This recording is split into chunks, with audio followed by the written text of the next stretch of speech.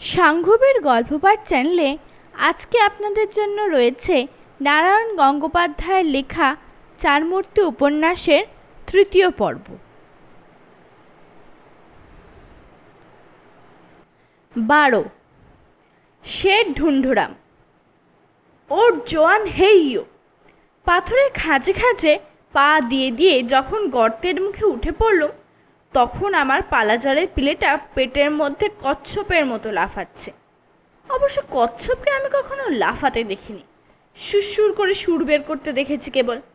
কিন্তু কচ্ছপ যদি কখনো লাফায়, আনন্দে হাত পা তুলে নাচতে থাকে, তাহলে যেমন হয়, আমার পিলেটা তেমন করেই নাচতে লাগলো একেবারে পুরো 5 মিনিট। পিলের নাচটা থামলে কামরাঙা গাছটার ডাল ধরে আমি চারদিকে তাকিয়ে দেখলুম, কোথাও কেউ নেই। ক্যাবলা আর টেনা কোথায় গেছে কে জানে। ওধারে একটা আমড়া গাছে বসে একটা বাদর আমাকে ভেঙচি কেটেছিল। আমিও দাঁত টাট বের করে সেটাকে মুখ খারাপ করে ভেঙচে দিল। বাদরটা রেগে গিয়ে বললে, কিট কিট কিচ্ছু। বোধহয় বললে, তুমি একটা বিচ্ছু। তারপর টুক করে পাতার আড়ালে কোথায় হাওয়া হয়ে গেল।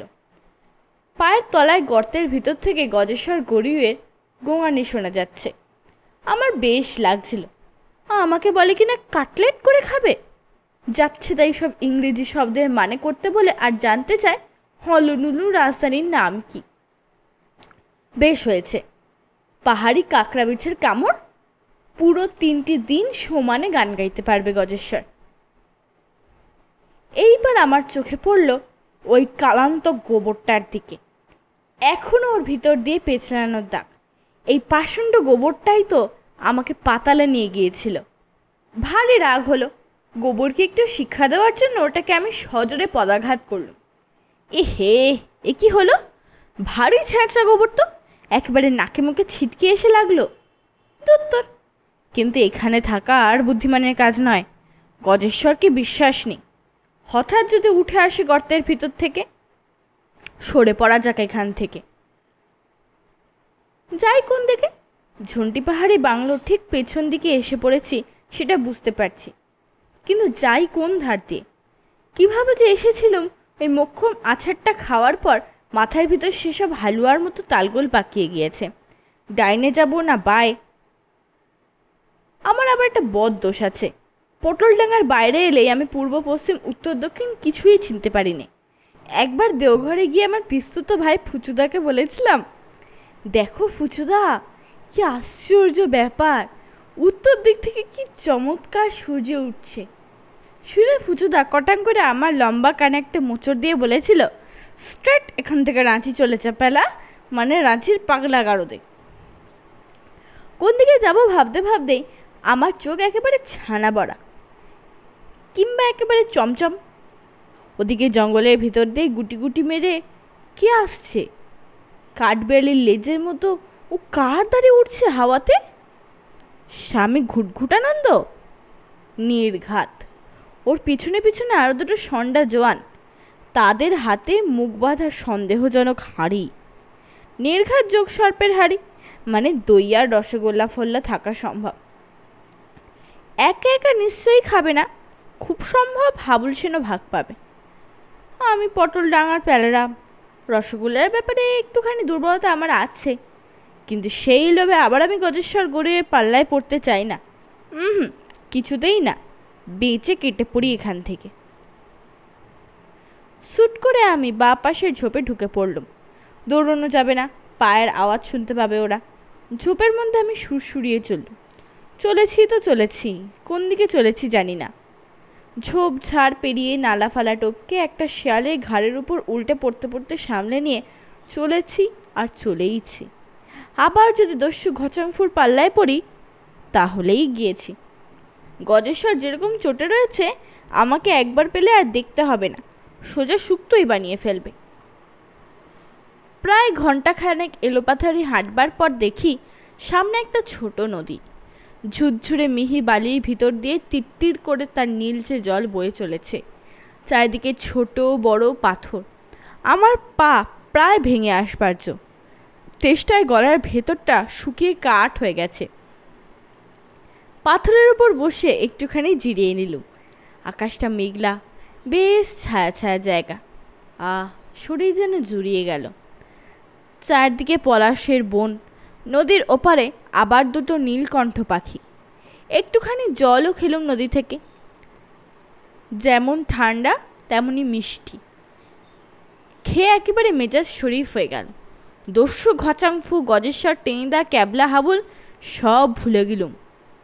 মনে এমনই ফুর্তি হলো যে আমার চা রাড়া রামাহ রামাহ বলে গাইতে ইচ্ছে করছে। কেবল চা রাড়া বলে টান ধরেছি, হঠাৎ পিছনে ভোপ ভোপ ভোপ। দুধ তোর একেবারে রসভঙ্গ। তার চাইতে বড় কথা, এখানে মোটর এলো থেকে। এই ঝন্টি পাহাড়ির জঙ্গলে তাকিয়ে দেখলুম নদীর ধার দিয়ে একটা রাস্তা আছে বটে। তার একটু দূরেই সেই রাস্তার উপর পলাশ বনের ছায়া একখানা নীল রঙের মোটর দাঁড়িয়ে। কি সর্বনাশ! এরাও ঘচাংফুর দলের নয় তো? ডিটেকটিভ গল্পে এইরকমই তো পড়া যায়। নিবিড় জঙ্গল, একখানা রহস্যজনক মোটর, তিনটে কালো মুখোশ পরা লোক, তাদের হাতে পিস্তল, আর ডিটেকটিভ হিমাদ্রি রায়ের চোখ একেবারে মনুমেন্টের চূড়ায়। ভাবতেই আমার পালা জড়ায় পিলেটা ধপাস করে লাফিয়ে উঠল। ফিরে কচ্ছপ নৃত্য শুরু করে আর কি। উঠে একটা রাম দৌড় লাগাবো ভাবছি, এমন সময় ভোপ ভোপ মোটরটার হর্ন বাজলো। তারপরেই গাড়ি থেকে যে নেমে এলো তাকে দেখে আমি থমকে গেলুম। না, কোনো দস্যুর দলে এরম লোক থাকতেই পারে না। কোনো গোয়েন্দা কাহিনীতে তা লেখেনি। প্রকাণ্ড থলথলে ভুঁড়ি, দেখলে মনে হয় ক্রেনে করে তুলতে গেলে ক্রেন ছিঁড়ে যাবে। গায়ে সিল্কের পাঞ্জাবিটা তৈরি করতে বোধহয় 1 থান কাপড় খরচ হয়েছে। প্রকাণ্ড একটা বেলুনের মতো মুখ, নাক টাকগুলো প্রায় ভিতরে ঢুকে বসে আছে। মাথায় একটা বিরাট হলদে রঙের পাগড়ি, গলা টলার বালায় নেই। পেটের ভিতর থেকে মাথাটা ঠেলে বেরিয়ে এসেছে মনে হলো।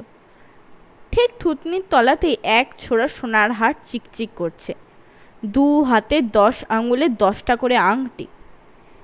একখানা মুখ্যম শেঠজি। না, এই কোনো দস্যু ঘচাংফুর দলের লোক না, বরং ঘচাংফুদের নজর সচরাচর যাদের উপর পড়ে সেই দলে। কিন্তু এরকম একটি নিটোল শেঠজি খামুখেই জঙ্গলে এসে ঢুকেছেন কেন? শেঠজি ডাকলেন, খোকা, এ খোকা। আমাকেই ডাকছেন মনে হলো, কারণ আমি ছাড়া কাছাকাছি আর কোনো খোকাকে আমি দেখতে পেলুম না। 7-5 ভেবে আমি গুটি গুটি এগুতে লাগলুম তার দিকে। নমস্তে শেঠজি। নমস্তে খোকা। শেঠজি হাসলেন। বেলুনের ভিতর থেকে গোটা কত দাঁত আর দুটো মিটমিটে চোখের ঝলক দেখতে পেলুম। শেঠজি বললেন, তুমি কার লেরকা আছেন, এখানে কি করতেছেন? একবার ভাবলুম সত্যি কথাটাই বলি, তারপরেই মনে হলো কার পেটে যে কী মতলব আছে কিছুই বলা যায় না। এই ঝন্টি পাহাড়ের জায়গাটা মোটেই সুবিধের নয়। শেঠজির অত বড় ভুঁড়ির আড়ালেও কোনো রহস্যের খাসমহল লুকিয়ে থাকতে পারে। তাই বউ করে বলে বসলাম, আমি হাজারিবাগের স্কুলে পড়তেছেন, এখানে পিকনিক করতে এসেছেন। হ্যাঁ, পিকনিক করতে এসেছেন? শেঠজির চোখ দুটো বেলুনের ভিতর থেকে আবার মিটমিট করে উঠল। এত দূরে? তা দলের আউট সব লাড়কা কোথায় আছেন? আছেন ওদিকে কোথাও। আঙুল দিয়ে আন্দাজি কোনো একটা দিক দেখিয়ে দিলাম। তারপর পাল্টা জিজ্ঞেস করলাম, আপনি কে আছেন এই জঙ্গলে? আপনি বা কী করতে এসেছেন? আমি? শেঠজি বললেন, আমি শেঠ ঢুন্ডুরাম আছি। কলকাতায় আমার দোকান আছে, রাঁচি মে ভি আছে। এখানে আমি এসেছি জঙ্গল ইজারা লিবার জন্যে। ও, জঙ্গল ইজারা নিবার জন্যে? আমার হঠাৎ কেমন রসিকতা করতে ইচ্ছা হলো। কিন্তু জঙ্গলে বেশি ঘোরাফেরা করবেন না শেঠজি, এখানে আবার ভাল্লুকের উৎপাত আছে। ভাল্লুক? শেঠ ঢুন্ডুরামের বিরাট ভুঁড়িটা হঠাৎ লাফিয়ে উঠল। ভাল্লুক মানুষকে কামড়াচ্ছেন? খুব কামড়াচ্ছেন, পেলেই কামড়াচ্ছেন। আমি শেঠজিকে ভরসা দিয়ে বললাম, ভুঁড়ি দেখলে আরও জোর কামড়াচ্ছেন, মানে ভাল্লুকেরা ভুঁড়ি কামড়াতে ভালোবাসে, আপনি নিশ্চিন্ত থাকুন। রাম রাম। শেঠজি হঠাৎ লাফিয়ে উঠলেন। অত বড় শরীর নিয়ে কেউ যেমন জোরে লাফাতে পারে সেটা চোখে না দেখলে বিশ্বাসই করতাম না। তারপর মন চারেক ওজনের সিল্কের ওই প্রকাণ্ড বস্তাটা এক দৌড়ে গিয়ে মটরে উঠল। উঠেই চেঁচিয়ে বলল, এ ছাগললাল, আরে মটরিয়া তো হাঁকাও জলদি। ভোপ ভোপ। চোখের পলক ফেলতে না ফেলতেই ঢুন্ডুরামের নীল মটর জঙ্গলের মধ্যে মিলে গেল। আর পুরো 5 মিনিট দাঁড়িয়ে দাঁড়িয়ে আমি পরমানন্দে হাসতে লাগলাম। বেড়ে রসিকতা হয়েছে একটা। কিন্তু বেশিক্ষণ আমার মুখে হাসি রইল না। হঠাৎ ঠিক পিছনে জঙ্গলের মধ্যে থেকে হালুম, ভালুক নয়, ভাল্লুকের বর্দা অর্থাৎ বাঘ। রসিকতার ফল যেমন হাতে হাতে পেতে হবে কে জানত। বাপরে গেছি! আমিও পেল্লে এক লাফ দিলাম, শেঠজির চাইতেও জোরে, আর লাফ দিয়ে ছপাং করে একেবারে নদীর কনকনে ঠান্ডা জলের মধ্যে। পিছন থেকে সঙ্গে সঙ্গে আবার জোর আওয়াজ, হালুম। 13 বাঘাকাণ্ড। উফ, কি ঠান্ডা জল! হাড়ে পর্যন্ত কাঁপুনি লেগে গেল। আর স্রোতও তেমনই, পড়েছে হাঁটু জলে, কিন্তু দেখতে না দেখতে প্রায় 30 হাত দূরে টেনে নিয়ে চলে গেছে। কিন্তু জল সই না হলে যে বাঘ সই, মানে বাঘের জলযোগ হতে হবে এক্ষুনি। আঁকুপাকু করে নদী পার হতে গিয়ে একটা পাথরে হোঁচট খেয়ে জলের মধ্যে মুখ থুবড়ে পড়ে গেলুম।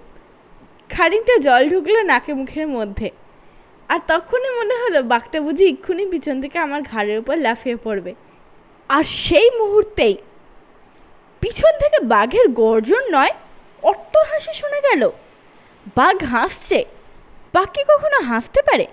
চিড়িয়াখানায় আমি অনেক বাঘ দেখেছি, তারা হাম হাম করে খায়, হুম হুম করে ডাকে, নয়তো ভোঁস ভোঁস করে ঘুমায়। আমি অনেক দিন দাঁড়িয়ে দাঁড়িয়ে ভেবেছি বাঘ কখনো নাক ডাকে কিনা, আর যদি ডাকে তাহলে সেটা শোনায় কেমন। একদিন বাঘের হাঁচি শুনবার জন্য এক ডিবে নস্যি বাঘের নাকে ছুঁড়ে দেবো ভেবেছিলাম, কিন্তু আমার পিস্তুত ভাই ফুচুদার ডিবেটা কেড়ে নিয়ে আমার চাঁদের মাথায় কটাং করে গাঁটটা বসিয়ে দিয়েছিল। কিন্তু বাঘের হাসি যে কোনোদিন শুনতে পাবো সেটা স্বপ্নে ভাবিনি।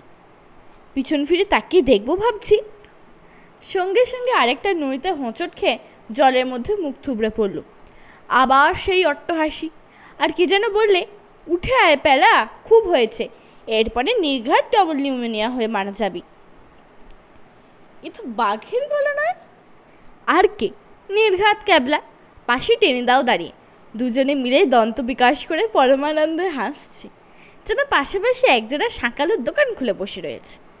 টেনিদা তার লম্বা নাকটাকে কুঁচকে বললে, পিছন থেকে একটা বাঘের আওয়াজ করলুম, আর তাতেই অমনি জলে পড়ে গেলে। ছো ছো, তো এটা কাপুরুষ। দুজনে মিলে বাঘের আওয়াজ করে আমার সঙ্গে বিটকেল রসিকতা হচ্ছিল। কি ছোট লোক দেখেছ! মিছি মিছি ভিজিয়ে আমাকে ভূত করে দিলে, কাঁপুনি ধরিয়ে দিলে সারা গায়ে। রেগে আগুন হয়ে আমি নদী থেকে উঠে বললুম, খামোখা এরকম ইয়ার্কির মানে কি? ক্যাপলা বললে, তোরই বা এত ইয়ার্কির মানে কি রে? দিব্যি আমাদের পিছনে শামুকের মতো ঘুড়ি মেরে আসছিল, তারপরে একেবারে নো পাত্তা, যেন হাওয়াই মিলে গেলে। ওদিকে আমরা সারাদিন খুঁজে খুঁজে হয় না, শেষে দেখি এখানে বসে মনের আনন্দে পাগলের মতো হাসা হচ্ছে, তাই তোর খরচায় আমরাও একটু হেসে নিল। আমি বললুম, ইচ্ছে করে আমি হাওয়ায় মিলিয়ে গিয়েছিলাম নাকি? আমি তো পড়ে গিয়েছিলাম দস্যু ঘচাংফুর গর্তে। দস্যু ঘচাংফুর গর্তে? সে আবার কি? তারা দুজনেই হাঁ করে রইল। কিংবা ঘুটঘুটানন্দের গর্তও বলতে পারো। স্বামী ঘুটঘুটানন্দ? ক্যাবলা হাঁ করে রইল। টেদা বাড়তিনে খাবি খেলো। সেই সঙ্গে আছে গজেশ্বর গড়ুই, সেই হাতের মতো লোকটা। আর আছে শেঠ ঢুন্ডুরামের নীল মটর গাড়ি। ওরা একদম বোকা বনে গেছে দেখে আমার ভারী মজা লাগলো। ভাবছিলাম চ্যাঁ করে গানটা আবার আরম্ভ করে দিই, কিন্তু পেটের মধ্যে থেকে গুড়গুড়িয়ে ঠান্ডা উঠছে। এখন গাইতে গেলে গলা দিয়ে কেবল গিটকিরি বেরোবে। বললুম, বাংলোয় আগে ফিরে চল, তারপর সব বলছে। সব শুনে তোরা বিশ্বাসই করতে চায় না। স্বামী ঘুটঘুটানন্দই হচ্ছে ঘচাংফু, সঙ্গে সেই গজেশ্বর গড়ুই। তারা আবার পাহাড়ের গর্তের মধ্যেই থাকে।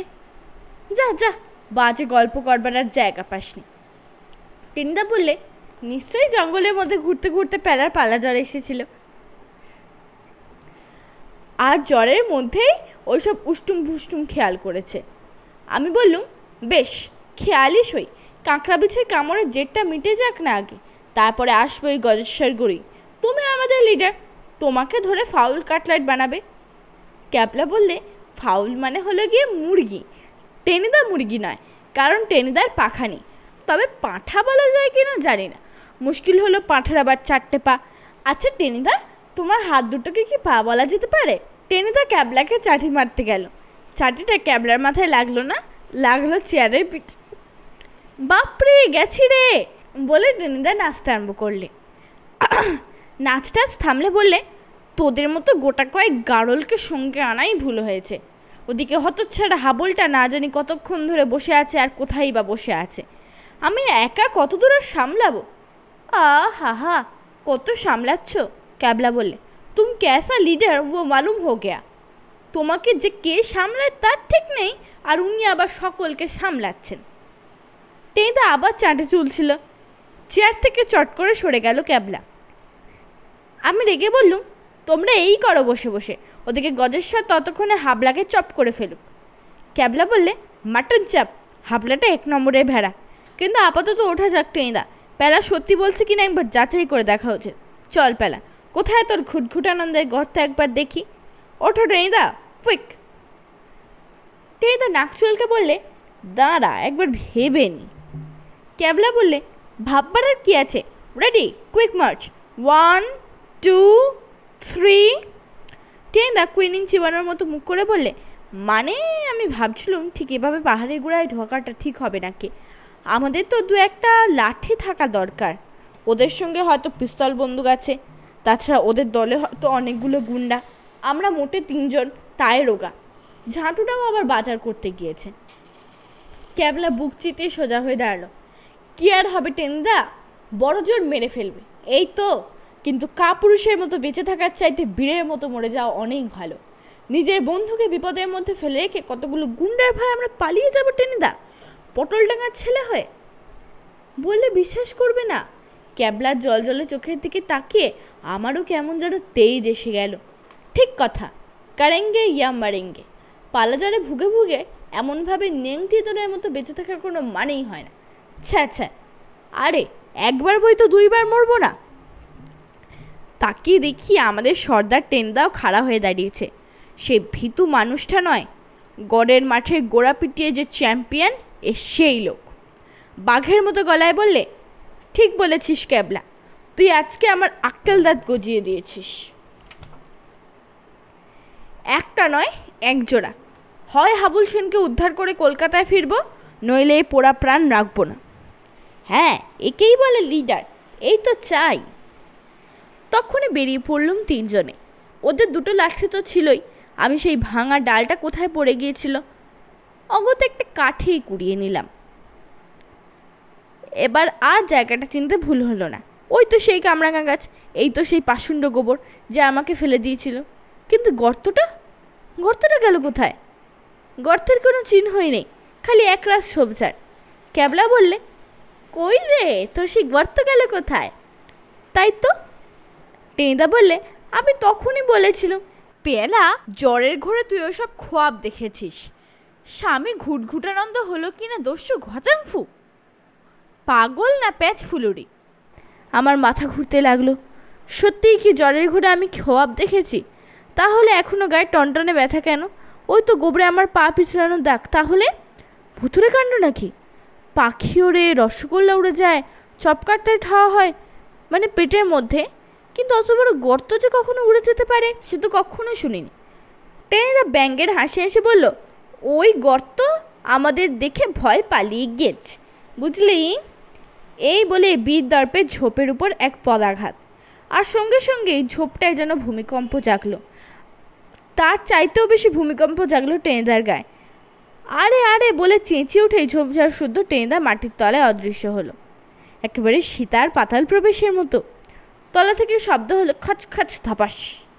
ওগুলো তবে ঝোপ নয়, গাছের ডাল কেটে গর্তের মুখে ঢেকে দেওয়া হয়েছিল। আমি আর ক্যাবলা কিছুক্ষণ থ হয়ে রইল। কি বলবো, কি যে করবো, কিছুই ভেবে পাচ্ছি না। সেই মুহূর্তেই গর্তের ভিতর থেকে টেনিদা চিৎকার করে বলল, ক্যাবলা, প্যালা। আমরা চেঁচিয়ে বললুম, খবর কি টেনিদা? একটু লেগেছে, কিন্তু বিশেষ ক্ষতি হয়নি। তোরা শিগগির গর্তের খাজে খাজে পা দিয়ে নেমে আয়, ভীষণ ব্যাপার, এখানে লোমহর্ষক কাণ্ড। শুনে আমার গায়ের রোম খাড়া হয়ে গেল, আর মনে পড়ল কারেঙ্গে ইয়া মারেঙ্গে। আমি তৎক্ষণাৎ গর্তের মুখে পা দিয়ে নামতে আরম্ভ করলুম। ক্যাবলাও নামতে শুরু করলো আমার পিছু পিছু।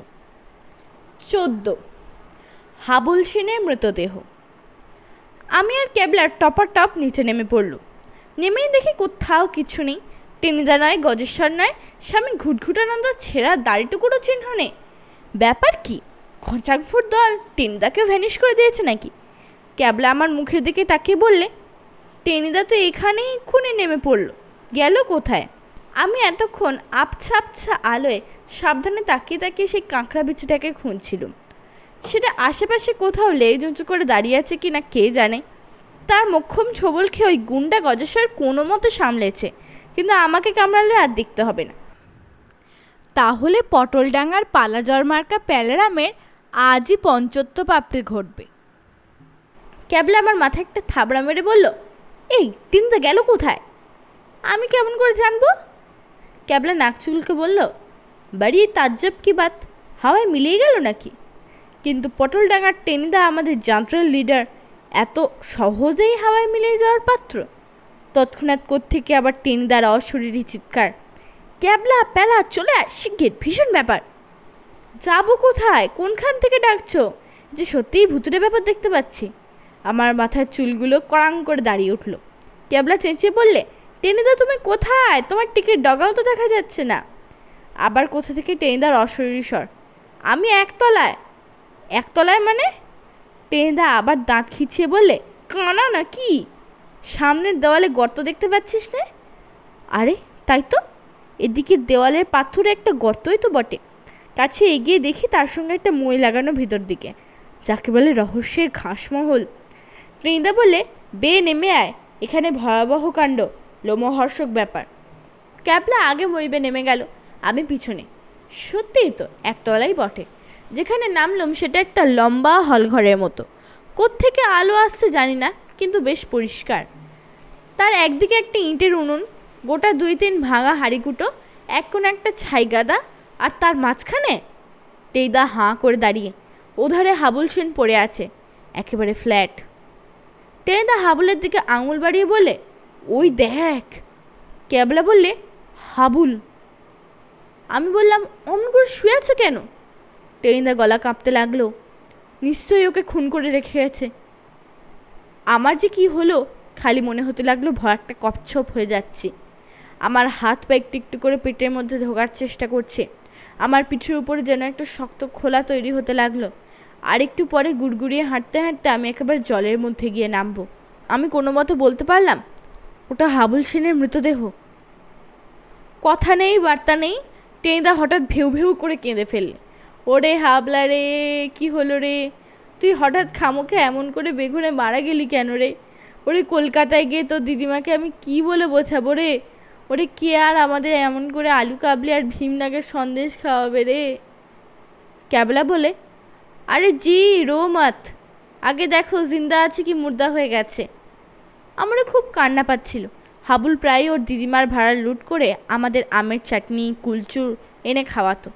সেই আমের আচার কৃতজ্ঞতায় আমার বুকের ভেতরটা হায় হায় করতে লাগলো। আমি কোথা দিয়ে নাকটাক মুছে ফেললুম। আমার আবার কি যে বিচ্ছিরি স্বভাব, কান্না পেলেই কেমন যেন নাক দিয়ে সর্দি গড়াতে শুরু করে।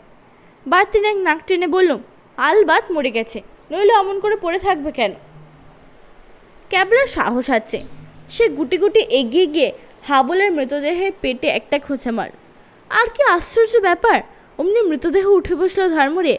বাপরে ভূত হয়েছে বলেই আমি একটা লাফ মারলুম। আর লাফে উঠতেই মনে হলো টেনিদার খাড়ার মতো খাড়ার নাকটার এক ধাক্কা আমার মাথায়। উফ কি শক্ত নাক, মনে হলো যেন চাঁদির স্রেফ ফুটো হয়ে গেছে। নাক গেল বলে টেনিদা একটা বিশাল হুঙ্কার ছাড়লো, আর আমি ধপাস করে মাটিতে বসে পড়লাম। আর তখনই দিব্যি ভালো মানুষের মতো গলায় হাবুল বললে, এক হাড়ি রসগোল্লা খাইয়া খাসা ঘুমাইতেছিলাম, তিলি ঘুমটার দফা সাইরা। তখন আমার খটকা লাগলো। বুধরা তো চন্দ্রবিন্দু দিয়ে কথা বলে, এ তো বেশ ঝরঝরে বাংলা বলে যাচ্ছে, তাও আবার পরিষ্কার ঢাকাই বাংলা। টেনিদা খ্যাঁচ করে উঠল, হা হা, কি আমার রাত সহ্যে পেয়েছেন যে নবাবী চালে ঘুমোচ্ছেন, এদিকে আমরা তখন থেকে খুঁজে খুঁজে মরছি। হতচ্ছাড়া অক্কালটা দেখো একবার। হাবুল আয়েস করে একটা হাই তুলে বললে, এক হাড়ি রসগোল্লার সাইডটা জব্বর ঘুমখানা আসছিল, তা গজাটা কই? স্বামীজি কই গেলেন? টেনিদা বললে, ইস বেজায় যে খাতির দেখছি, স্বামীজি গজাদা। হাবুল বললে, খাতির হইব না কেন, কাল বিকাল থেকে আইসি, সেই থিকা সমানে খাইতেছি, কি আদর যত্ন করছে, মনে হলো ঠিক যেন মামার বাড়ি আইসি। তা তারা গেল কই? ক্যাবলা বললে, তারা গেল কই সে আমরা কি করে জানবো, তা তুই কি করে ওদের পাল্লায় পড়লি, এখানে এলেই বা কী করে? কেন আসুম না, একটা লোক আইসা আমারে কইল, খোকা এইখানে পাহাড়ের তলায় গুপ্তধন আছে, নিবা তো আইসো, বড়লোক হওনে এমন সুযোগটা সারুম কেন? এইখানে চলে আইসি, স্বামীজি গজাদা আমারে যেই যত্ন করছে কি কমু। টেদা ভেঙচি কেটে বললে, হ কি আর কবা, এখানে উনি বসে বসে রাজভোগ খাচ্ছেন আর আমরা চোখে অন্ধকার দেখছি। টেন্দা বললে, এসব কথা এখন থাক, এই গর্তের মধ্যে ওরা কজন থাকতো রে? জনাচারে খাওয়াবো। কি করতো? কেমনে জানু, একটা কলের মতো ছিল, সেইটা দিয়ে খুটুর খুটুর কইরা কি যেন সাপাইতো, সেই কলটাও তো দেখতেছি না, চইলা গেল নাকি? আহা হা, বড় ভালো খাইতেছিলাম। হাবুলের বুক ভেঙে দীর্ঘশ্বাস বের হলো একটা। থাক তোর খাওয়া। টেনিদা বললে, চল এখন এখান থেকে বেরোতে হবে, আমরা সময় মতো এসে পড়েছিলাম, নইলে খাইয়ে খাইয়েই তোকে মেরে ফেলতো। আমি বললুম, মোটা করে শেষে কাটলেট ভেজে খেত। ক্যাবলা বললে, বাজে কথা বন্ধ কর। হ্যাঁ রে হাবুল, ওরা কি ছাপতো রে? কেমন কইরা কই, ছবির মতো কি যেন ছাপাইতো। ছবির মতো কি সব? ক্যাবলা নাক চুলকোতে লাগলো। গর্তের মধ্যে চুপি চুপি, বাংলোতে লোক এলেই তাড়াতে চায়, জঙ্গলের মধ্যে একটা নীল মটর, শেঠ ঢুন্ডুরাম। টেনেদা বললে, চুলোয় যাক শেঠ ঢুন্ডুরাম, হাবুলকে পাওয়া গেছে, আপদ মিটে গেছে। ওটা তো নয় হাঁড়ি ভর্তি রসগোল্লা সাবড়েছে, কিন্তু আমাদের পেটে যে ছুঁচোর দল সংকীর্তন গাইছে, চল বেরো এখান থেকে। আমি বললুম, আবার মইবে? হাবুল বললে, মুই কেন, এইখান দিয়েই তো যাওয়ানোর রাস্তা আছে। কোন দিক দিয়ে? ওই তো সামনে। হাবুল দেখিয়ে দিলে। হলঘরের মতো সুড়ঙ্গটা পেরুতেই দেখি, বাহ, একেবারে যে সামনেই পাহাড়ে একটা খোলা মুখ, আর কাছেই সেই নদীটা, সেই শালবন। ক্যাবলা বললে, কি আশ্চর্য, তুই ইচ্ছা করলেই পালাতে পারতিস হাবলা। হাবুল বললে, পালাইতে যামু কেন, অমন আরামের খাওন দাওন, ভাবছিলাম 2-4 দিন থাইকা স্বাস্থ্যটার একটু ভালো কইরা লই। টেনিদা বলে, ভালো কইরা? হতচ্ছাড়া পেটুক দাস, তোকে যদি গজেশ্বর কাটলেট বানিয়ে খেত তাহলেই উচিত শিক্ষা হতো। কিন্তু বলতে বলতেই হঠাৎ মটরের গর্জন। মটর? মটর আবার কোত্থেকে? আবার কি সেই ঢুন্ডুরাম? হ্যাঁ, ঢুন্ডুরামই বটে, সেই নীল মটরটা, কিন্তু এদিকে আসছে না, জঙ্গলের মধ্যে দিয়ে চলে যাচ্ছে দূরে, ক্রমশ দূরে। তারপর পাতার আড়লে কোথায় যেন মিলে গেল, যেন আমাদের ভয়ে ঊর্ধ্বশ্বাসে পালালো। আর আমি স্পষ্ট দেখলুম ওই মটরে কার যেন এক মুঠো দাড়ি উঠছে হাওয়ায়, তামাক খাওয়া লালচে পাকা দাড়ি। কার দাড়ি? তাহলে কি স্বামী ঘুটঘুটানন্দের দাড়ি? 15 চিড়িয়া ভাগলওয়া। দূরে সেই ঢুন্ডুরামের নীল মটরটাকে চলে যেতে দেখেই ক্যাবলা বললে, টেনিদা জিজ্ঞেস করলে, কি হলো ক্যাবলা? কি আর হবে, চিড়িয়া ভাগলওয়া। চিড়িয়া ভাগলওয়া মানে কি? আমি বললুম, বোধ হয় চিড়ে টিড়ের ভাগ হবে। চিড়ে কোথায় পেলে রে ক্যাবলা? দে না চারটি খাই, বড্ড খিদে পেয়েছে। ক্যাবলা নাক কুচকে বললে, বহুত হুয়া, আর ওস্তাদি করতে হবে না, চিড়ে নয় রে বেকুব, চিড়ে নয়, চিড়িয়া ভাগলওয়া মানে পাখি পালিয়েছে। আমি বললুম, পাখি? না, পালায়নি তো, ওই তো দুটো কাক ওই গাছের ডালে বসে আছে। ক্যাবলা বললে, দুধ তোর, এই প্যালাটার মগজে খালি বাসক পাতার রস আর শিং মাছ ছাড়া কিচ্ছু নেই। সেই ঢুন্ডুরামের মটরে করে সব পালালো দেখছিস না, স্বামী ঘুটঘুটানন্দের দাড়ি দেখতে পাসনি? পালিয়েছে তো কি হয়েছে? টেনিদা বলল, আপদ গেছে। হাবুল তখন দাঁড়িয়ে ঝিমুচ্ছিল, এক হাড়ি রসগোল্লার নেশা ওর কাটেনি। হঠাৎ আলোর খোঁচা খাওয়া প্যাঁচার মতো চোখ মেলে বলে, আহা হা, গজাদা চইলা গেল, বড় ভালো লোক ছিল গজাদা। ক্যাবলা বলে, তুই থাম হাবুল, বেশি বকিসনি, গজাদা ভালো লোক, ভালো লোকই তো বটে, তাই তো বাংলো থেকে আমাদের তাড়াতে চায়, তাই তো পাহাড়ের গর্তের মধ্যে বসে কুটুর কুটুর করে কী সব ছাপে। আর সে ঢুন্ডুরাম কি মনে করে নীল মটর নিয়ে জঙ্গলের ভিতর হু হু করে ঘুরে বেড়ায়। ক্যাবলা হেড পণ্ডিতের মতো মাথা নাড়তে লাগলো। আমি বুঝতে পেরেছি। টেনিদা বললে, খুব যে টাটের মাথায় করছিস, কি বুঝতে পেরেছিস বলতো? ক্যাবলা সে কথার জবাব না দিয়ে চোখ পাকিয়ে আমাদের সকলের দিকে তাকালো। তারপর গলাটা ভীষণ গম্ভীর করে বললে, আমাদের দলে কাপুরুষ কে কে? এমন করে বললে যে আমার পালাজড়ের পিলেটা একেবারে গুড়গুড় করে উঠল। একবার অঙ্কের পরীক্ষার দিনে পেট ব্যথা করেছে বলে মটকা মেরে পড়েছিলাম। মেসে তখন ডাক্তারি পড়ে। আমার পেট ব্যথা শুনে একটা 8 হাত লম্বা সিরিঞ্জ নিয়ে আমার পেটে ইঞ্জেকশন দিতে এসেছিল। আর তখনই পেটের ব্যথা ঊর্ধ্বের সাথে পালাতে পথ পায়নি। ক্যাবলার দিকে চেয়ে মনে হচ্ছিল সেও যেন এরকম একটা সিরিঞ্জ নিয়ে আমাকে তাড়া করছে। আমি প্রায় বলেই ফেলছিলাম একমাত্র আমিই কাপুরুষ, কিন্তু সামলে গেলুম। টেনিদা বললে, কাপুরুষকে? আমরা তো সবাই বীর পুরুষ। তাহলে চলো যাওয়া যাক। কোথায়? ওই নীল মটরটাকে পাকড়াও করতে হবে। বলে কি, পাগল না পাঁপড় ভাজা? মাথা খারাপ না পেট খারাপ? মটরটাকে ঘুটঘুটানন্দের লম্বা দাড়ি যে হাত বাড়িয়ে পাকড়াও করলেই হয়। হাবুল সেন বলে, পাকড়াও করবা কেমন কইরা? উইরা যাবে নাকি? ক্যাবলা বলে, চল বড় রাস্তায় যাই, ওখান থেকে অনেক লরি আসা যাওয়া করে, কিছু পয়সা দিলে আমাদের তুলে নেবে। আর ততক্ষণ নীল মটরটা বুঝি দাঁড়িয়ে থাকবে? নীল মটর আর যাবে কোথায়? বড় জোর রামগড়। আমরা রামগড়ে গেলেই ওদের ধরতে পারবো। যদি না পাই আমি জিজ্ঞেস করব, আবার ফিরে আসবো। কিন্তু মিথ্যে এসব দৌড়ঝাঁপের মানে কি? টেনিদা বললে, খামোখা ওদের পিছু পিছু ধরাই করে বা লাভ কি? পালিয়েছে, আপদ গেছে, এবার বাংলায় ফিরে প্রেমসে মুরগির ঠ্যাং চর্বণ করা যাবে। ওসব বিচ্ছিরি হাসিটাছিও আর শুনতে হবে না রাত্রিরে। ক্যাবলা বুক থাবড়ে বলল, কাভি নেহি, আমাদের বোকা বানিয়ে ওরা চলে যাবে। সারা পটলডাঙ্গার যে বদনাম হবে তাতে। তারপর আর পটলডাঙ্গায় থাকা যাবে না, সোজা গিয়ে আলু পোস্তার আস্তানা বানাতে হবে। ওসব চলবে না দোস্ত। তোমরা সঙ্গে যেতে না চাও না গেলে, কিন্তু আমি একাই যাব। টেনিদা বললে, একা? হ্যাঁ একা। দীর্ঘশ্বাস ছেড়ে টেনিদা বললে, চল আমরাও তাহলে বেরিয়ে পড়ি। কিন্তু ওদের সঙ্গে যে গজেশ্বর আছে, কাঁকড়া বিছির কামড়ে সেবার একটু জব্দ হয়েছিল বটে, কিন্তু এবার যদি হাতের মুঠোয় পায় তাহলে সকলকে কাটলেট বানিয়ে খাবে। পেঁয়াজ চচ্চড়িও বানাতে পারে, কিংবা পোস্তর বড়া, কিংবা পটল দিয়ে শিঙি মাছের ঝোল। ক্যাবলা 3টে দাঁত বের করে দিয়ে আমাকে যাচ্ছে তাই রকম ভেঙচে দিলে। তাহলে তুই একাই থাক এখানে, আমরা চললুম, টাটা। পটল দিয়ে শিঙি মাছের ঝোলকে অপমান করলে আমার ভীষণ রাগ হয়। পটল নিয়ে আর কি নয়। আমাদের পাড়া হচ্ছে কলকাতার সেরা পাড়া, তার নাম পটলডাঙ্গা। মানুষ মরে গেলে তাকে পটলতলা বলে। আমার এক মাস্তুতো ভাই আছে, তার নাম পটল। সে একসঙ্গে 150 আলুর চপ আর 200 বেগুনি খেতে পারে। ছোটদের একটা পাঁঠা ছিল, সেটার নাম পটল। সে মেজদার একটা শখের সাদা নাগরাকে 7 মিনিট 13 সেকেন্ডের মধ্যে খেয়ে ফেলেছিল। ঘড়ি ধরে মিলিয়ে দেখেছিলাম আমি। আর শিঙি মাছের কথা কেনা জানে। আর কোনো মাছের শিং আছে? মতান্তরে ওকে সিংহ মাছও বলা যায়। মাছেদের রাজ্যেও হলো সিংহ। আর তোরা কি খাস বল?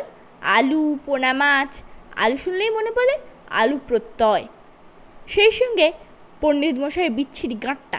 আর পোনা, লোকে কথায় বলে ছানা পোনা, পুচকে এতটুকু। কোথায় সিংহ আর কোথায় পোনা, কোনো তুলনাই হয় না। রাম রাম। আমি যখন এসব তত্ত্ব কথা ভাবছি আর ভাবতে ভাবতে উত্তেজনায় আমার কান কটকট করছে, তখন হঠাৎ দেখি ওরা দল বেঁধে এগিয়ে যাচ্ছে আমাকে ফেলেই। অগত্যা পটলের শিঙি মাছের ভাবনা থামিয়ে আমাকে ওদেরই পিছু নিতে হলো। বড় রাস্তাটা আমাদের বাংলো থেকে মাইল 1.5 দূরে। যেতে যেতে কাঁচা রাস্তায় আমরা মোটর চাকার দাগ স্পষ্ট দেখলুম। এক জায়গায় দেখলুম একটা শাল পাতার ঠোঙা পড়ে রয়েছে। কেমন কৌতূহল হলো। ওরা দেখতে না পায় এমনইভাবে চট করে তুলে নিয়ে শুকে ফেলল। নির্ঘাত সিঙ্গারা, এখনও তো খুশবু ছড়াচ্ছে। কি ছোট লোক, সবগুলো খেয়ে গেছে। একটা রেখে গেলে কি ক্ষতি হতো? এই পালা, মাঝ রাস্তায় দাঁড়িয়ে গেলি কেন রে? টেনেদার হাঁক শোনা গেল। এমনিতেই খিদে পেয়েছে, ঘ্রাণে নং অর্ধভোজনাং হচ্ছিল, সেটা ওদের সইল না। চটপট ঠোঙাটা ফেলে দিয়ে আবার আমি ওদের পিছু পিছু ছুটতে লাগলো। ভারী মন খারাপ হয়ে গেল। ঠোঙাটা আর একটু শোঁকবার একটা গভীর বাসনা আমার ছিল। বড় রাস্তায় যখন এসে পড়েছি তখন ভক ভক একটা লরি। আমি হাত তুলে বলতে যাচ্ছিলাম, রোককে রোককে, কিন্তু ক্যাবলা আমার হাত চেপে ধরে বললে, কি করিস গার্লের মতো তার ঠিক নেই, ওটা তো রামগড় থেকেই আসছে, ওরা তো উল্টো দিকেও যেতে পারে। তুই একটা ছাগল, দেখছিস না কাঁচা রাস্তার উপর ওদের মোটরের চাকা কিভাবে বাঁক নিয়েছে? অর্থাৎ ওরা নির্ঘাত রামগড়ের দিকেই গিয়েছে, উল্টো দিকে হাজারিবাগ, সেদিকে যায়নি। ইস, ক্যাবলার কি বুদ্ধি! এই বুদ্ধির জন্যই ও ফার্স্ট হয়ে প্রমোশন পায়, আর আমাদের কপালে জোটে লাড্ডু, তাও অঙ্কের খাতায়। আমার মনে হয় লাড্ডু কিংবা গোল্লা দেওয়ার ব্যবস্থাটা আরও নগদ হওয়া ভালো। খাতায় পেন্সিল দিয়ে গোল্লা বসে লাভ কি? যে গোল্লা খায় তাকে একবার রসগোল্লা দিলেই হয়, কিংবা গোটা আষ্টেক বড় বাজারের লাড্ডু। কিন্তু তিলের নাড়ু নয়, একবার একটা খেয়ে 7 দিন আমার দাঁতে ব্যথা ছিল। ঘর ঘ্যাস। পাশে একটা লরি এসে থামলো, কাঠ বোঝাই। ক্যাবলা হাত তুলে সেটাকে থামিয়েছে। লরির ড্রাইভার গলা বার করে বলল, কি হয়েছে খোকা বাবু, তোমরা এখানে কি করছেন? আমাদের একটু রামগড়ে পৌঁছে দিতে হবে ড্রাইভার সাহেব। পয়সা দিতে হবে যে 4 আনা। তাই দিব, তবে উঠে পড়ো, লেকিন কাঠকে উপর বসতে হবে। ঠিক আছে, কাঠে আমাদের কোনো অসুবিধা হবে না। ক্যাবলা আমাদের তা দিয়ে বলে, টেনিদা ওঠো, হাবলা আর দেরি করিস নি, তুই হাঁ করে তাকিয়ে আছিস কেন রে পেলা, উঠে পড় শিগগির। ওরা তো উঠলো, কিন্তু আমার ওটা কি অত সহজ? টেনে হেঁচড়ে কোনো রকমে যখন লরির উপরে উঠে কাঠের আসনে গদিয়ান হলো, তখন আমার পেটে খানিকটা নুন ছাল উঠে গিয়েছে, সারা গা চিটচিট করে জ্বলছে।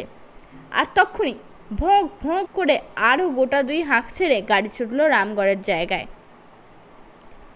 ইহ, কি যাচ্ছে তাই ভাবে নড়ছে কাঠগুলো, কখন যে ধাপাস করে উল্টে পড়ে যায় তার ঠিক নেই। আমি সোজা উপর হয়ে শুয়ে পড়ে 2 হাতে মোটা কাঠের গুঁড়িটা চেপে ধরলুম। লরিটা পাই পাই করে ছুটতে লাগলো। আমার মনে হতে লাগলো পেল্লায় ঝাঁকুনি চড়তে আমার পেটের নাড়ি ভুড়ি সব একসঙ্গে ক্যাকা করছে। 16 মোক্ষম লাড্ডু। কাঠের লরির সে কি দৌড়! একে তো হই হই করে ছুটছে, তাই আবার কাঠগুলো যেন হাত পা তুলে নাচতে শুরু করেছে। আনন্দেই মনে হয়। যদিও মোটা দড়ি দিয়ে কাঠগুলোকে বেশ শক্ত করে বাঁধা হয়েছে, তবু মনে হচ্ছে যেন আমাদের নিয়ে চারিদিকে ছিটকে পড়তে চায়। জাম ঝাঁকানো দেখেছে কখনো? সেই যে দুটো বাটির মধ্যে পুরো ঝকর ঝকর করে ঝাঁকায়, আর জামের আঁটি টাটিগুলো সব আলাদা হয়ে যায়। ঠিক তেমনই করে আমার জ্বরের পিলেটিলে ঝাঁকিয়ে দিচ্ছিল। আমার সন্দেহ হতে লাগলো আর কিছুক্ষণ পরেই আমি পটলডাঙ্গার প্যালারাম থাকবো না, একেবারে শ্রী বৃন্দাবনের শ্রীকচ্ছপ হয়ে যাব, মানে সব মিলিয়ে একসঙ্গে তালগোল পাকিয়ে যাব। এর মধ্যে ছড়াত ছড়াত নাকের উপর কে যেন চাবুক আঁকড়ে দিলে, একটা গাছের ডাল। টেন্দা, ইহ, হতভাগা ক্যাবলার বুদ্ধিতে পড়েই আজ মাঠে মারা যাব রে। ক্যাবলা স্টুপিডটা এর মধ্যেও রসিকতা করলে বললে, মাঠে নয়, রাস্তায়, রামগড়ের রাস্তায়। রাস্তায়? টেন্দা দাঁত খিচিয়ে বললে, দাঁড়া না একবার, রামগড়ে পৌঁছে যাই, তারপর বললে, কত, মানে ক্যাবলাকে কোঁত করে গিলে খাবে। একটা মক্ষম ঝাঁকুনি খেয়ে ওটা বেরিয়ে গেল মুখ থেকে।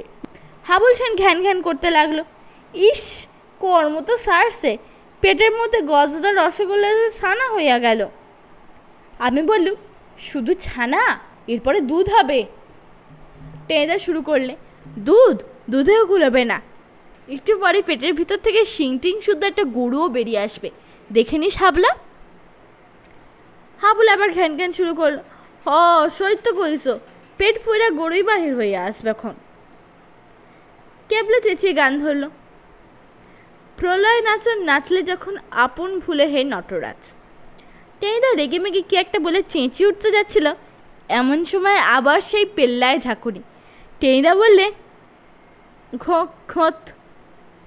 কিন্তু সব দুঃখেরই শেষ আছে। শেষ পর্যন্ত লরি রামগড়ের বাজারে এসে পৌঁছলো। গাড়িটা এখন আস্তে আস্তে যাচ্ছে। আমরা 4 জন কোনো মতে কাঠের উপর উঠে বসেছি। হঠাৎ 3টে কালো কালো ছোকরা আমাদেরকে দেখে দাঁত বের করে হাসছে। আমি ভীষণ রেগে বললুম, তুম লোক বান্দর হ্যাঁ, তুম লোক বুদ্ধু হো।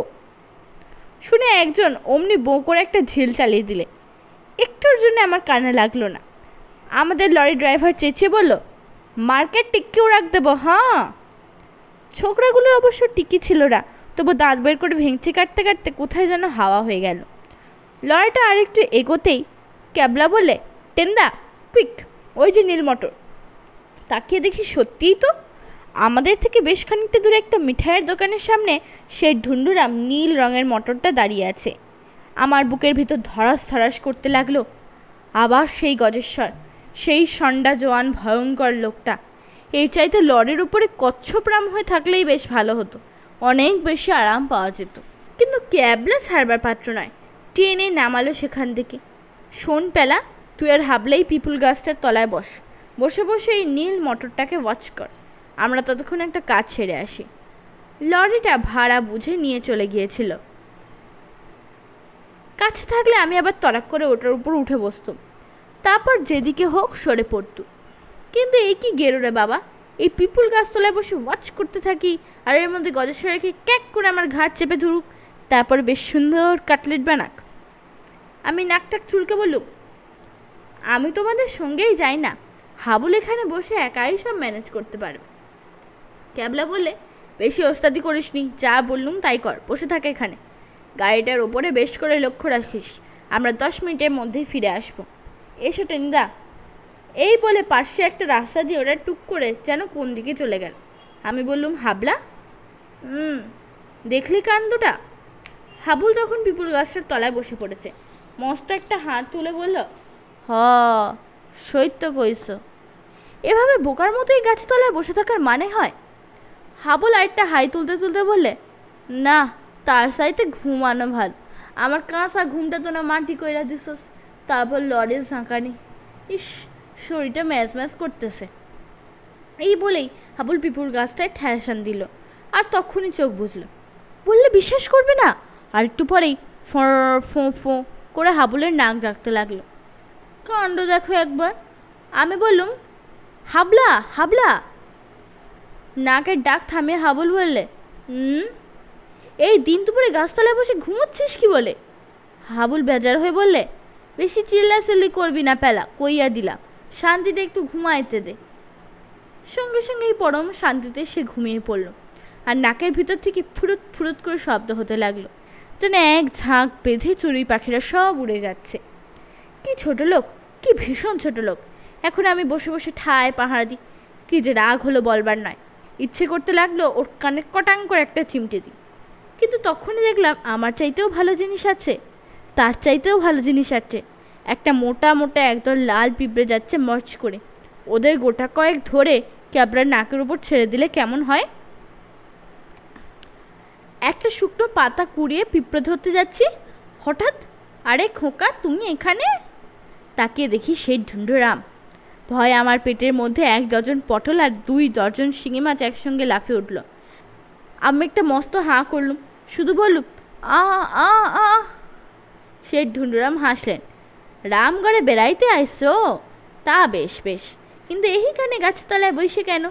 লেকিন মুখ দেখে মনে হচ্ছে তোমার বহুত খিদে পেয়েছে। খিদে বলে কি?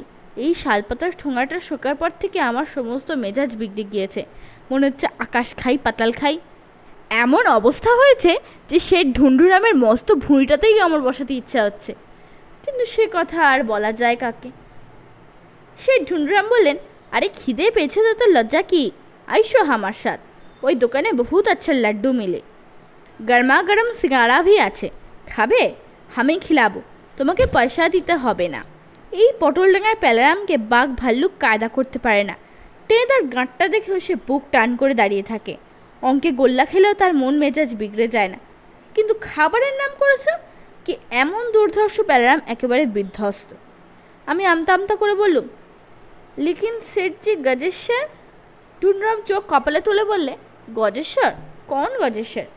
আমি বললুম, সেই যে একটা প্রকাণ্ড জোয়ান হাতির মতো চেহারা আপনার গাড়িতে এসেছে। ঢুন্ডুরাম বললেন, রাম রাম সিয়া রাম, আমি কোনো গজেশ্বর ফজেশ্বরকে জানি না, আমার গাড়িতে আমি ছাড়া আর কেউ আসেনি। তবে যে স্বামী ঘুটঘুটানন্দের দাড়ি। ঘুটঘুটানন্দ? ঢুন্ডুরাম ভেবেচিন্তে বললেন, হ্যাঁ হ্যাঁ, একটু বুদ্ধা রাস্তায় আমার গাড়িতে উঠেছিল বটে, আমাকে বললে সেটজি রামগড় বাজারে আমি নামবে। আমি তাকে নামিয়ে দিলাম, সেই স্টেশনের দিকে চলে গেল। এরপরে আর অবিশ্বাসের কি থাকতে পারে। ঢুন্ডুরাম বললে, আইসো খোকা আইসো, ভালো লাড্ডু আছে, গরম সিঙ্গারা ভি আছে। আর থাকা যায় না, পটল ডেঙার প্যালাম কাত হয়ে গেল। ক্যাবলা তখনও নাক ডাকিয়ে ঘুমোচ্ছে, আর ওর নাকের ভেতর থেকে সমানে চড়ুই পাখি উঠছে। একবার মনে হলো ওকে জাগাই, তারপরেই ভাবলুম না থাক, আমি একাই গুটি গুটি ঢুন্ডুরামের সঙ্গে গেলাম। মস্ত খাবারের দোকান, থয়ে থয়ে লাড্ডু আর মুতুচুর সাজানো, প্রকাণ্ড কড়াইয়ে গরম সিঙ্গারা ভাজা হচ্ছে, তার গন্ধেই প্রাণ বেরিয়ে যেতে চায়। আইসো খোকা, ভিতরে আইসো। এদিক ওদিক তাকিয়ে দেখি গজেশ্বর বা ঘুটঘুটানন্দের টিকিট ডগাতিও নেই। ঢুকে তো পড়ি। দোকানের ভিতরে একটা ছোট্ট খাবারের ঘর। বসেই শেঠজি ফরমাশ করলেন, স্পেশাল 1 ডজন লাড্ডু আর ছট সিঙ্গারা। আমি বিনয় করে বললাম, আবার অত কেন শেঠজি? ঢুন্ডুরাম বললেন, আরে বাচ্চা খাও না, বহুত বড়িয়া চিজ আছে। শালপাতায় করে বড়িয়া চিজ এলো। একটা লাড্ডু খেয়ে দেখি, যেন অমৃত। সিঙ্গারা তো নয়, যেন কচি পটল দিয়ে শিঙি মাছের ঝোল। আর বলতে হলো না, আমি কাজে লেগে গেলুম। গোটা 4 লাড্ডু আর গোটা 2 সিঙ্গারা খেয়েছি। এমন সময় হঠাৎ মাথাটা কেমন ঝিমঝিম করে উঠল। তারপর চোখে অন্ধকার দেখলুম।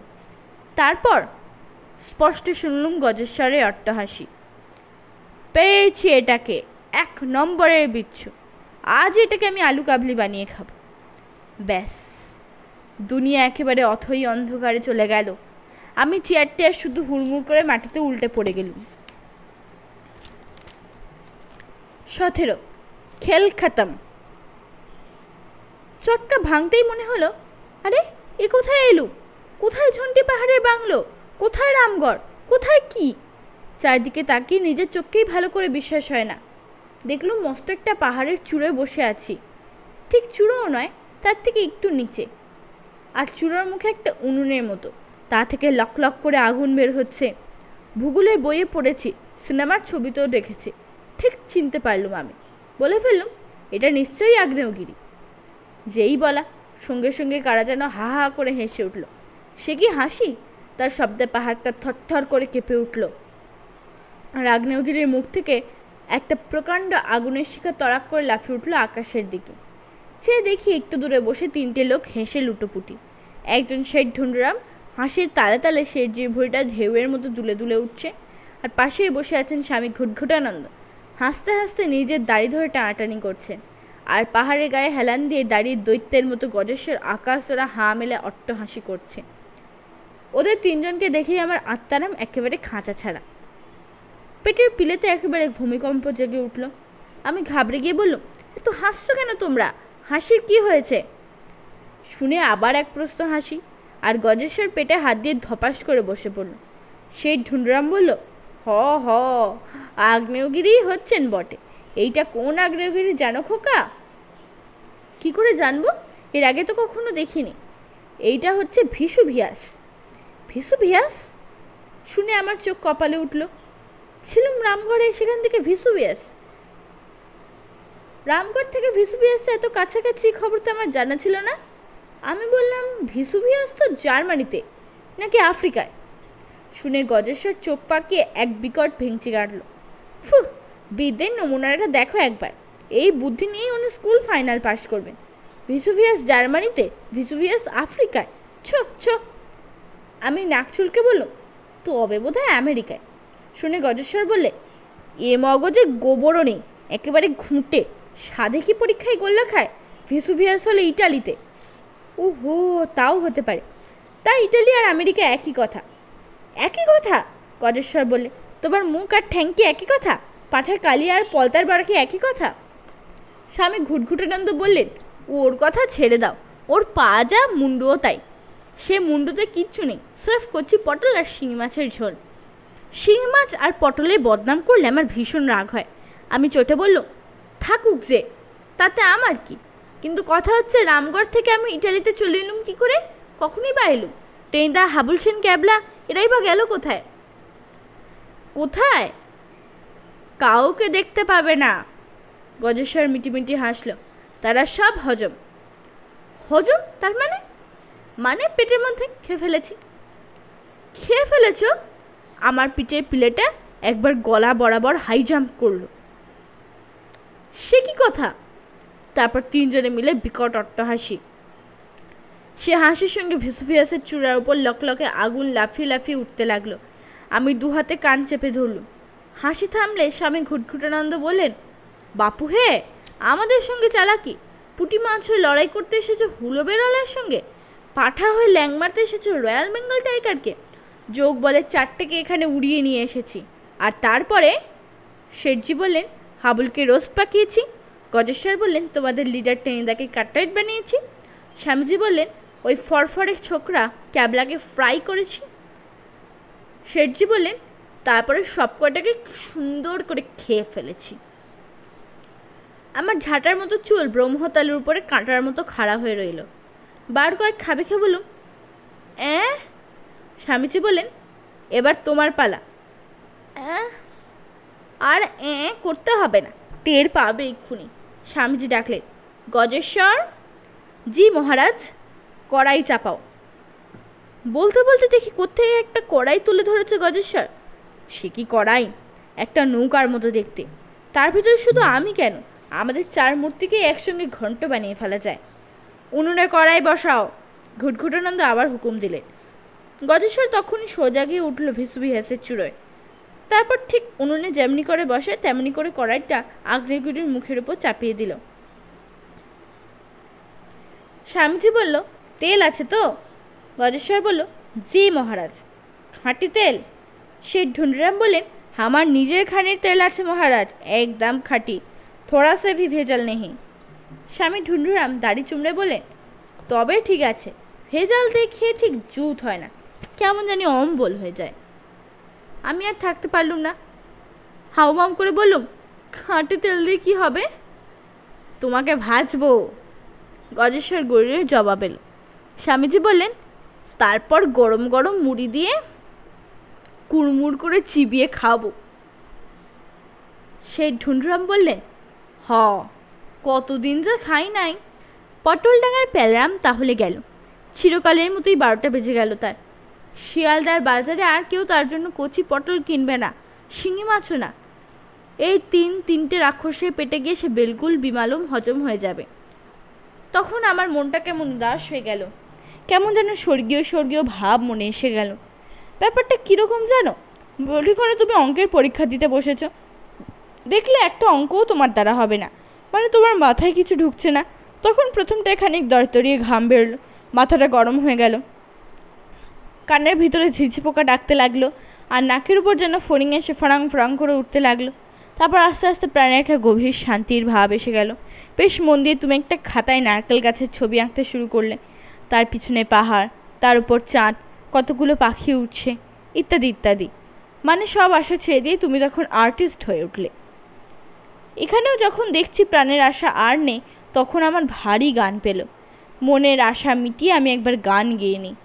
বাড়িতে কখনো গাইতে পারেনি। মেজদা তার মোটা মোটা ডাক্তারি বই নিয়ে তাড়া করে আসে। চাটুর্যদের ওয়াকে বসে 2-4 দিন গাইতে চেয়েছি, টেনিদা আমার চাঁদিতে চাঁটি বসিয়ে তখনই থামিয়ে দিয়েছে। এখানে একবার শেষ গান গেয়ে নিই। এর আগে কখনো গাইতে পাইনি, এর পরেও তো আর সুযোগ পাবো না। আমি বললুম, প্রভু স্বামীজি, কি চাই বলো? কি হলে তুমি খুশি হও? তোমায় বেসম দিয়ে ভাজবো নাকি এমনি নুন হলুদ মাখিয়ে? আমি বললুম, যেভাবে খুশি ভাজুন, আমার কোনো আপত্তি নেই, কেবল একটা নিবেদন আছে, একটুখানি গাইতে চাই, মরবার আগে শেষ গান। গজেশ্বর গাঁগা করে বললে, সে মন্দ হবে না, খাওয়া দাওয়ার আগে একটু গান বাজনা হলেই মন্দ নয়। আফ্রিকার লোকেও মানুষ পুড়িয়ে খাওয়ার আগে বেশ নেচে নেয়। লাগাও হে ছোকরা। সে ঢুন্ডুরাম বলে, हाँ প্রেম সে একটু আচ্ছা গানা লাগাও দেখি। আমি চোখ বুঝে গান গাইতে লাগলাম। বেসুরো গান হতে লাগলো, মানে কোনো সুর নেই, কবিতার মতো যেন কথাটা বলতে লাগলাম। একদা এক নেকড়ে বাঘের গলায় মস্ত একটি কাঁটা ফুটিল। বাঘ বিস্তর চেষ্টা করিল, হাড়টি বাহির না হইল। শেঠজি বিরক্ত হয়ে বললেন, এই কি হচ্ছে? এ তো কথামালার গল্প আছে। স্বামীজি বললেন, না হে, এতেও বেশ ভাব আছে। আহা হা, কি সুর, কি পেঁচামার্কা গলার আওয়াজ! গেয়ে যাও হে শোকরা, গেয়ে যাও। আমি তেমনই চোখ বুজে চালালুম। তখন গলার ব্যথায় নেকড়ে বাঘের চোখ ফাটিল, জল আসিল। ভেও ভেও রবে কাঁদিয়া কাঁদিয়া সে এক সারসের কাছে গেল। এ পর্যন্ত গিয়েছি, হঠাৎ ঝুমুর ঝুমুর করে ঘুঙুরের শব্দ কানে এলো। মনে হলো কেউ যেন নাচছে। চোখ মেলে যেই তাকিয়েছি, দেখি গজেশ্বর নাচছে। হ্যাঁ, গজেশ্বর ছাড়া আর কে? এর মধ্যে কখন একটা ঘাগরা পড়েছে, নাকে একটা নথ লাগিয়েছে, পায়ে ঘুঙুর বেঁধেছে, আর ঘুরে ঘুরে ময়ূরের মতো নাচছে। সে কি নাচ! রামায়ণের তারকানাক্ষসী কখনো ঘাগরা পরে নেচেছে কিনা জানি না, কিন্তু যদি নাচতো তাহলে সে যে একেবারে গজেশ্বরের সঙ্গে পাল্লা দিতে পারতো না, সে আমি হলফ করে বলতে পারি। আমি হাঁ করে তাকে দেখছি দেখে গজেশ্বর মিটমিট করে হাসলো। বলি, কি দেখছো? অমন করে দেখছো কি? এসব নাচ নাচতে পারে তোমাদের উদয়শঙ্কর? ছো ছো, এই যে নাচছে এর নাম হচ্ছে আদত কথাকলি। স্বামীজি বলেন, মণিপুরীও বলা যায়। শেঠজি বলেন, হ্যাঁ হ্যাঁ, কত্থক ভি বলা যেতে পারে। আমি বললুম, তারকা নৃত্যও বলা যেতে পারে। গজেশ্বর বললে, কি বললে? আমি তখনই সামলে নিয়ে বললুম, না না, বিশেষ কিছু বলিনি, তোমাকে বলতেও হবে না। ঘাগরা ঘুরিয়ে আরেক পাক নিয়েছি। গজেশ্বর বললে, কই, গান বন্ধ হলো যে? ধরো, গান ধরো, প্রাণ খুলে একবার নেচে নি। কিন্তু গান গাইব কি? গজেশ্বরের নাচ থেকে আমার গান টান তখন গলার ভিতরে হালুয়ার মতো তাল পাকিয়ে গিয়েছে। গজেশ্বর বললে, ছো ছো, এই তোমার মুরত? তুমি ঘোড়ার ডিমের গান জানো। শোনো, আমি নেচে নেচে একখানা ক্লাসিক্যাল গান শোনাচ্ছি তোমায়। এই বলে গজেশ্বর বিকট বেসুরে একটা গান চললে। এবার কালি তোমায় খাবো, তোমার মুন্ডুমালা কেড়ে নিয়ে মুড়ি ঘন্ট রেঁধে খাবো। আর সেই সঙ্গে তার কি নাচ! সে কি নাচ! মনে হলো গোটা ভিসুভিয়াস পাহাড়টাই গজেশ্বরের সঙ্গে ধেই ধেই করে নাচছে। স্বামীজি তালে তালে চোখ বুজে মাথা নাড়তে লাগলেন। শেঠজি বলেন, হুম, कैसा बढ़िया নাচ, দিল একেবারে তর হো গয়া। ওদের তো দিল তার হচ্ছে, নাচ গানে একেবারে মশগুল। ঠিক সেই সময় আমার পালাজড়ের পিলের ভিতর থেকে কে যেন বলে, পটল ডাঙার প্যালারাম, এই তোমার সুযোগ, লাস্ট চান্স। যদি পালাতে চাও তাহলে। ঠিক এসবার কি ওসবার, শেষ চেষ্টাই করি। আমি উঠে পড়লুম, তারপরেই ছুট লাগালুম প্রাণপণে। কিন্তু ভিসুভিয়াস পাহাড়ের উপর থেকে দৌড়ে পালানো কি অতই সোজা? 3 পা এগিয়ে যেতে না যেতেই পাথরের নুড়িতে হোঁচট খেয়ে উল্টে পড়লুম ধপাস করে। আর তক্ষুনি নাচ থেমে গেল গজেশ্বরে। আর পাহাড়ের মাথা থেকে হাত কুড়ির মতো লম্বা হয়ে এগিয়ে এলো গজেশ্বরের হাতটা। বললে, চালাকি, আমি নাচছি আর সেই পাখে সরে পড়বো বুঝি? বোঝো এইবার। বলেই মস্ত একটা হাতির সুরের মতো হাত আমার গলাটাকে পাকড়ে ধরলো, আর শূন্যে ঝুলতে ঝুলতে জয় গুড়ঘুটঘুটানন্দ বলে আকাশ ফাটানো একটা হুঙ্কার ছাড়লো। তারপরেই ছ্যাঁক ছপাস, কি প্রকাণ্ড কড়াইয়ের ফুটন্ত তেলের মধ্যে, ফুটন্ত তেলের মধ্যে নয়, একরাশ ঠান্ডা জলের মধ্যে আমি আকুপাকু করে উঠে বসলাম। তখনও ভালো করে কিছু বুঝতে পারছি না। চোখের সামনে ধোঁয়া ধোঁয়া দেখছি, ভাসছে ভিসুভিয়াস, গজেশ্বরে ঘাগরা পরে সেই উদ্দাম নৃত্য, সেই বিরাট কড়াই, সেই ফুটন্ত তেলের রাস, স্বামীজির দাড়ি। সিদ্ধে ফিদ্ধে কিছু খাইয়েছিল? ভরাট গম্ভীর গলায় কে বলল। তাকে দেখে একজন পুলিশের দারোগা দাঁড়িয়ে আছে, গোফে তা দিচ্ছে। সঙ্গে 7-5 জন পুলিশ, আর কোমরে দড়ি বাঁধা স্বামী ঘুটঘুটানন্দ, শেঠ ঢুন্ডুরাম আর মহাপ্রভু গজেশ্বর। ট্রেন আমার মাথায় জল ঢালছে, হাবুল হাওয়া করছে, আর ক্যাবলা বলছে, উঠে পড় প্যালা, উঠে পড়। থানায় গিয়ে খবর দিয়েছিলাম, পুলিশ এসে ওদের দলবল শুধু পাকড়াও করেছে। ছন্টি পাহাড়ের বাংলোর নিচে বসে ওরা নোট জাল করতো। স্বামীজি এদের লিডার, শেঠজি নোটগুলো পাচার করতো, সব ধরা পড়েছে ওদের। জাল নোট ছাপার কল সব। এদের মোটরের মধ্যেই সব কিছু পাওয়া গিয়েছে।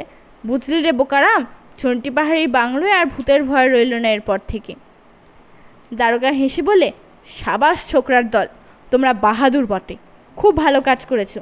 এই দলটাকে আমরা অনেক দিন ধরেই পাকড়াও করবার চেষ্টা করছিলাম, কিছুতেই হদিশ মিলছিল না। তোমাদের জন্যই আজ এরা ধরা পড়ল। সরকার থেকে এই জন্য মোটা টাকা পুরস্কার পাবে তোমরা। এরপরে আর কি বসে থাকা চলে? বসে থাকা চলে এক মুহূর্ত? আমি পটল ডাঙার পেলাম, তখনই লাফিয়ে বলল, পটল ডাঙা, টেঁদা, হাবুল সেন আর ক্যাবলা সমস্বরে সাড়া দিল জিন্দাবাদ।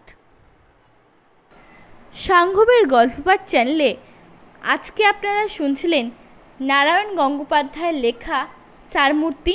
আজকে ছিল তৃতীয় এবং শেষ পর্ব। আপনারা যদি আমার চ্যানেলে নতুন হয়ে থাকেন তবে অবশ্যই চ্যানেলটা সাবস্ক্রাইব করে নিতে ভুলবেন না। আপনাদের যদি আমার গল্পপাঠ ভালো লেগে থাকে তবে অবশ্যই গল্পপাঠটিতে একটি লাইক দেবেন এবং গল্পপাঠটি বন্ধুদের সাথে শেয়ার করবেন। নমস্কার।